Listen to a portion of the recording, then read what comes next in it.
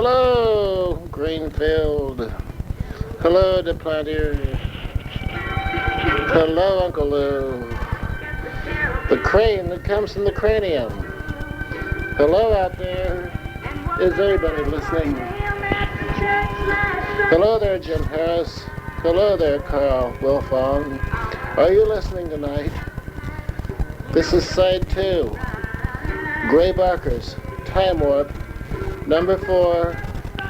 Yesterday on Choctaw Ridge,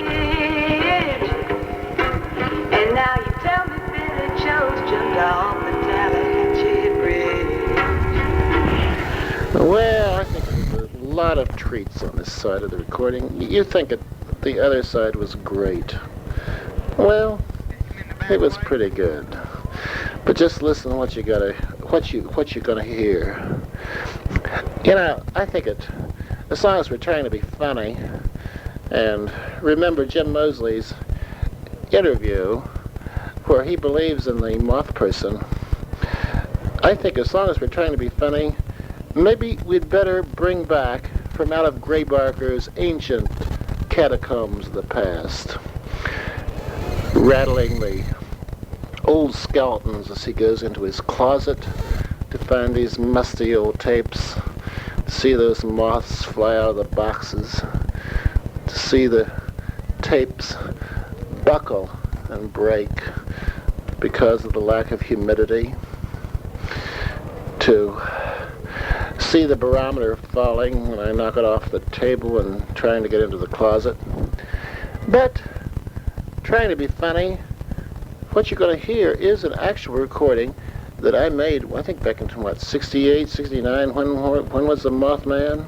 I think about that time, in Point Pleasant, and these are the actual witnesses that I read about in the Silver Bridge. It's Roger Scarberry and Linda Scarberry and Steve Mallett and his wife. They're all sitting around a table, and all these people have just seen this thing. And I sort of got scared the other night listening to it. Hope you do too. Here it is.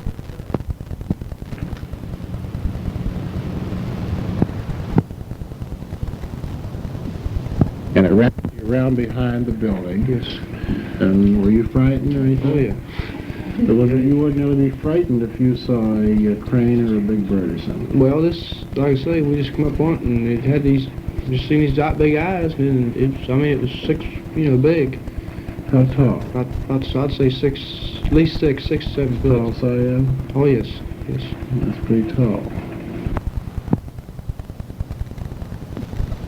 And it was there ahead of you? Yes. Were you traveling pretty fast? Yeah, we was moving on. Say 60, 65? Well, yeah, about 60, I'd say. All right, is this where you got a good look at it, where you saw it standing, the best look? Mm-hmm. Okay. I want you all to sort of compare and describe it just as clearly and completely as you can. Well, like I said, it was about 6, 7 foot tall, approximately 6 foot, and it was light gray,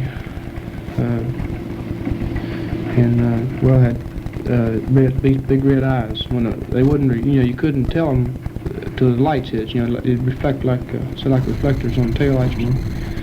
But there was, I'd say, it was about 2 inches in diameter and 6 to 8 inches apart. The eyes were 2 inches diameter, 6 to 8 inches apart. Yes. It would be wider, more far apart than on a human being or Oh yes. an animal. Yes. And well, as far as the head, you couldn't tell whether it had a head or arms. I couldn't say whether it had arms or not, but it had wings. I mean, you could tell the wings. They'd come up and turn down, kind of wrap around behind it, stand there. Uh-huh. And then, well, lights hit it. We seen it there for a little bit, for just a few seconds, and it just moved its wings out the side and just went straight up in the air. It didn't use its wings or anything to run or anything to take off. It just went straight up. Its wings didn't move when it went straight up? It just moved them out the side like that. Just kind of lifted them out the side and just went straight up in the air. Was there any? Did it make any noise when it went up? Not we could hear. We was a little ways from it. I mean, if it had made any noise, probably couldn't hurt right there. And how far were you away from it at this particular time? Oh, I'd say, about 100 foot. 35 yards, imagine. About that. that was from the road. Now we were traveling and going down the road. We never did stop really when we saw it, you know. This thing have any legs? Yes, it definitely had legs. You could tell that when it ran around the building up there. That's where we noticed the legs.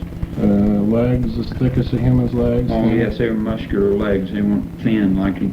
And how do you know they were muscular? Could you see muscles? Well, not as such, but I mean you could tell they were large legs, like a man. Yeah. All right. Was there any clothing or feathers or anything? Not that we could distinguish as such, you know. I mean, like to say it was fur, feathers, or what? Its legs were light gray. Yes. You notice any bend like a knee in the legs or? No, not necessarily. I never did. How did it walk? Did it walk well? It seemed to be clumsy when it walked. That's the reason we noticed it. Its wings, it kind of kept its balance with its wings. It would kind of stagger. Like a crippled bird, you know, a crippled bird will kind of run, you know, and just kind of thump like it's tripping over stuff. And has wings out like it kind of looked like it's trying to bounce stuff. But when we were seeing down on the hill there that second time, it had a man's body. I mean, it definitely wasn't a bird. It was all right. Is this the time when we're talking about now where it chased you? Well, we come out and turned down and seen it there on the hill, and then I said it went up in the air, so we went on through the curves and on the straight stretch, and then it come back over the car again. That's where the girls seen it. They look out the back window, I guess. You girls hadn't seen it until then? I did. All I could see was eyes and a form on the hill. I don't guess I seen it as plain as they did. I could just see a form and the eyes. And I thought there was a building too. So I seen the building. Went around the corner there. After you saw it the second time, did you take off again? So, well, we were already moving. Well, you were moving when you saw it. When the second time, yes. See, it was up on the hill to the left. We used to come down the road and up on the kind of bank. And right about before we got to where it dropped down, it was up on the left where you can see it with the lights. That's where we see it the best. It was just there for just maybe 5 or 6 seconds, long enough, you know, to you just tell what it was. Yeah, it followed your car then that Yes. particular time. Yes, after What's the maximum speed you were making? 100, 105. On there. Well, you're going that fast, were you? That's right? Yes. I think I was getting down the road. And this thing kept up your car? Yes. Are you absolutely sure? Did you see it? Yes. We all seen it. Did you have to stick your head out the window? No, it just glided back and forth on top of the car, and you could look out your window and see a shadow of it or something. I see. Will be vacated at well. Enough of this deception and trickery. I admit it. I was taken in too by clever fakes like this. Gas music from Jupiter indeed. Well, I've been up all night. I've got the real story for you up to now. But it never did go in front of the car. You could look out the back window too, and you could see the shadow of it over top of the car. So it was following you. What was the impression you got? It was chasing you, or would do you some harm? I don't know. I just thought it was chasing us, you know, the car or something. I didn't know what it was. What did you feel it was up to? Or Well, that's what I was going to say. That's when we realized how fast we were really going. I said, I asked Roger, could he go any faster? And he said, man, I'm going 105 now. Did you feel that it was chasing you to do you some harm? Well, that was the only thoughts that we had, and why else would it be following us? Yeah. Just like an animal chasing after us or something. You know, anything that big, I mean, you can see it. Anything that big, you just want to, run. I mean, it's a road, there's a gate is, you can turn around there. Oh, I see. And so I guess we talked ourselves out of going back up. We were pretty well scared. So I started turning around, and we turned around, there lights went over. There's a big dog laying there. I don't know just exactly how big, but I know it was just big dogs laying along the road. When the lights went over that, turned around and just about straightened out, headed down the road. But this thing come out from behind a tree or down in the weeds or something, and it was what jumped over the car. I didn't see it this time. I seen the shadow, it was dark. It went over the car. And then it come down and went over, I guess it run over through the field. Or staggered or whatever it was doing. But anyway, you could see it, just going over through the field. So then we come on down the road. We stopped out to drive in and told Gary North about here. Told him to call the police. So. Now, tell us why it looked like a man. Well, I mean, its body form as far as its trunk and legs, like that. That's the way it looked like a man. It stood erect like a man would. But no clothing on like a man. Not noticeably, no. You couldn't. Just a gray. Yes, form, Like more or less. I couldn't say feathers or hair or skin or anything. I couldn't say. How big was his head? It didn't have any head that any of us did ever see. If it had a head, you saw eyes. just the eyes. If it had a head, the way the wings were and everything, it couldn't. You know, the wings could have hit it the way they were. They came down around its body.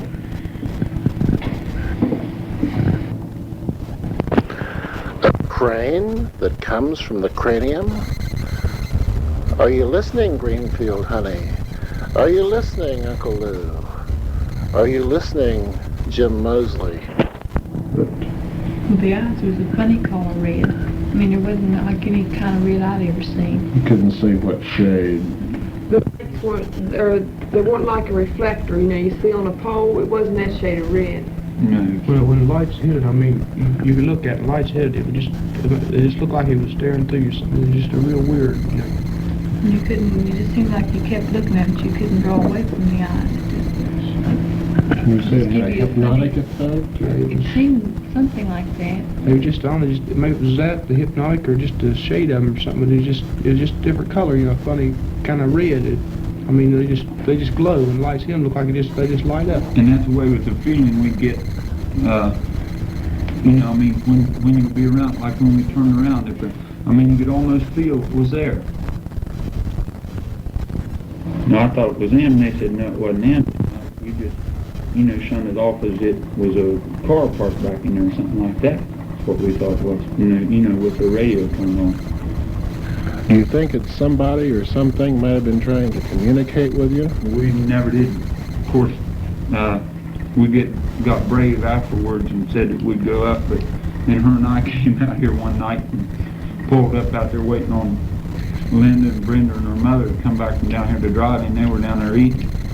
We pulled up out here and one of her cats jumped up on the trunk of the car. And she turned around and saw it, like that, and I turned around and saw something move back there, and I was shifting and everything, the motor was shut off. So I don't know if I would see it again, whether I'd stop and try to communicate with it or not. I'll be really, I mean, the way it did act, it could be trying to, you know, to communicate. Whether it was chasing us that night, I mean, to chase us away or after for what, I couldn't say. But it may have been, it was trying to, you know, to get us to stop to talk to us. Do you think it might be friendly? It might be. I mean, I couldn't say for sure. It may be friendly or it may not. How do you get the impression that it might be an intelligent creature? Well, it's, I say it won't stay in lights. I don't know whether that would mean anything or not, but evidently it's afraid of lights, and it's, well, we were up there one night. It was 2 nights after we seen it. It's Tuesday, it was Thursday night we were up there, and there's a lot of cars and everybody's around there, and they seen the eyes. Well, there was 3 or 4 of them right there together. Seen the eyes over in this fenced off area, like maybe it was hiding or sneaking around. Well, Steve seen us that night too, didn't you, Steve? Yeah, I saw it. Well, Roger. But you can see the eyes, I mean, even off the edge of the headlights, you know, you can see off the side of the headlights. There was cars parked along the headlights on, and you could see, it would turn around towards you, you could see his eyes reflecting that. Just that little bit of light would reflect them eyes. And, well, she's seen it the best there, so it turned around and walking. And every once in a while, it would look back around, you could see its eyes, you know, as it looked around, and it would turn its head again. Mary Hire seen it there too, it scared her to death. Yeah. Well, she hollered. She jumped out of the car and saying all she'd seen it, and she was just scared to death about it. Was she with you at the time? She was in the We were all sitting in the car, everybody was out, you know, walking around.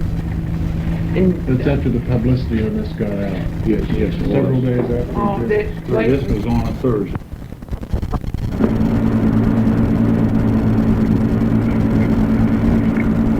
Attention, spacemen.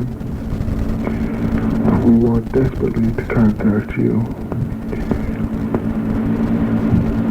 We would like to know if you can penetrate our tape recorder.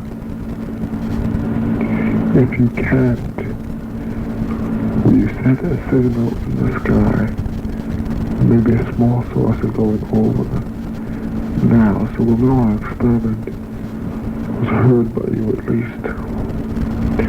We'll be looking for the saucer at, what time is it, Mike? At 12 o'clock by Mike's watch.